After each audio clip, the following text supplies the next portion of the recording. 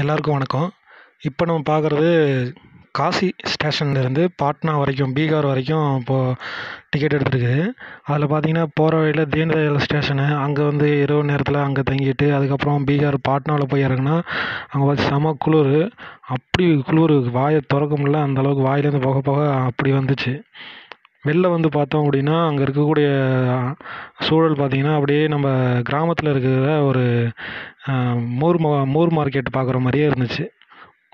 ஸ்டேஷனில் மட்டும் பார்த்தீங்கன்னா சுத்தமாக இருந்துச்சு. வெளியில் வந்து பார்த்தோம் அப்படின்னா அப்படியே சுத்தம் இல்லாமல், சுகாதாரம் எதுவும் கிடையாது. எல்லாம் நெருக்கம், அந்த மாதிரி காய்கறி சந்தை, பூ சந்தை எல்லாமே பக்கத்து பக்கத்தில் அங்கேயும் இங்கேயும் இருந்துச்சு.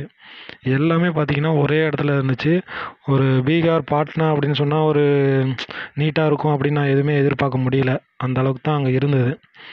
அதுக்கப்புறம் அங்கேருந்து பார்த்தீங்க அப்படின்னா ஜாக்பனி, நேபாள் பார்ட்ரு, அங்கேருந்து கத்திகார் போயிட்டு, கத்திகார்லேருந்து நேபாள் பார்டருக்கு ட்ரெயின் ஏறிட்டேன். கத்திகாரில் வந்து ஒரு 3 மணி நேரம் வந்து அங்கே தங்கிட்டு, அதுக்கப்புறம் ட்ரெயின் பிடிச்சி, அன்றைக்கி இரவு ட்ரெயின் பிடிச்சி, அங்கே இரவு ஒரு 12 மணிக்கு ஜாக்பனி போச்சு. குளிர்னால எல்லா ட்ரெயினுமே லேட்டாக தான் அங்கே போய் சேர்ந்தது. அங்கே போய் சேர்ந்தப்போ பார்த்தீங்க அப்படின்னா சரியான குளிர் அங்கேயும். இதை விட அங்கே அதிகமாக குளிராக இருந்தது. ஏன்னா இந்தியாவுக்கும் நேபாளுக்கும் எல்லைப் பகுதி, கடைசி ஸ்டேஷன் அது ஜாக்பனின்னு சொல்லிட்டு.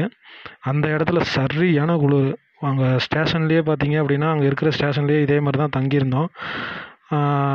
சாதாரண பிளாட்ஃபார்ம்லேயே படுத்து தூங்கிட்டு, காலையில் ஒரு 6 மணிக்கு போல் எழுந்திரிச்சு, அதே ஸ்டேஷன் இதுலேயே போய் குளிச்சுட்டு, அதுக்கப்புறம் அந்த எல்லைப் பகுதி பார்ட்ரு இருக்கும், கிராசிங்கு, அந்த கிராசிங் போயிட்டு, அந்த ஜாக்பனி பார்ட்ரு, இதை போலீஸ் ஸ்டேஷனை அந்த பார்டரில் போயிட்டு தாண்டி உள்ளே போயிட்டு, நேபாள நாட்டுக்கு உள்ளே போய் அங்கே போய் காலையில் உணவு சாப்பிட்டுட்டு, பூரி அந்த மாதிரி சாப்பிட்டுட்டு 10 மணிக்கு ஜாக்பனிலேருந்து கத்திகார் வந்து, கத்திகார்லேருந்து திரும்ப கல்கட்டாவுக்கு, ஹவுராவுக்கு வந்துட்டேன்.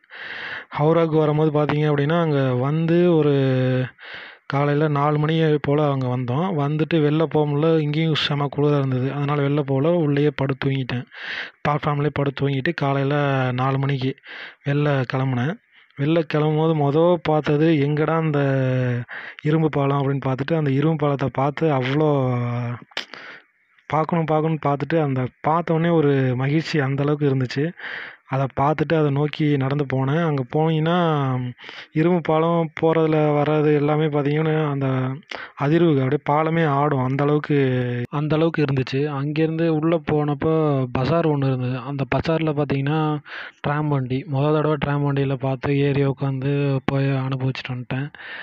அதுக்கப்புறம் அந்த சாலை ஓரங்கள் கடையில் காலை உணவு சாப்பிட்டுட்டு, அதுக்கப்புறம் அந்த திரும்பவும் ரயில்வே ஸ்டேஷன் கிளம்பிட்டேன். அங்கேருந்து அந்த பாலம் வழியாகவே, அந்த ஹவுரா பிரிட்ஜ் வழியாகவே நடந்து வரும்போது, அந்த பஸ் ஸ்டாப்பு மாதிரியே இங்கே சின்ன சின்ன கப்பலுக்கு ஸ்டாப்புலாம் வச்சுருந்தாங்க. அதெல்லாம் ஃபெரிகாட்டுன்னு சொல்லிட்டு, அது அப்படியே போகிறத பார்த்துட்டு ரசிச்சுட்டு திரும்ப ஹவுரா ஸ்டேஷனுக்கு வந்துட்டேன்.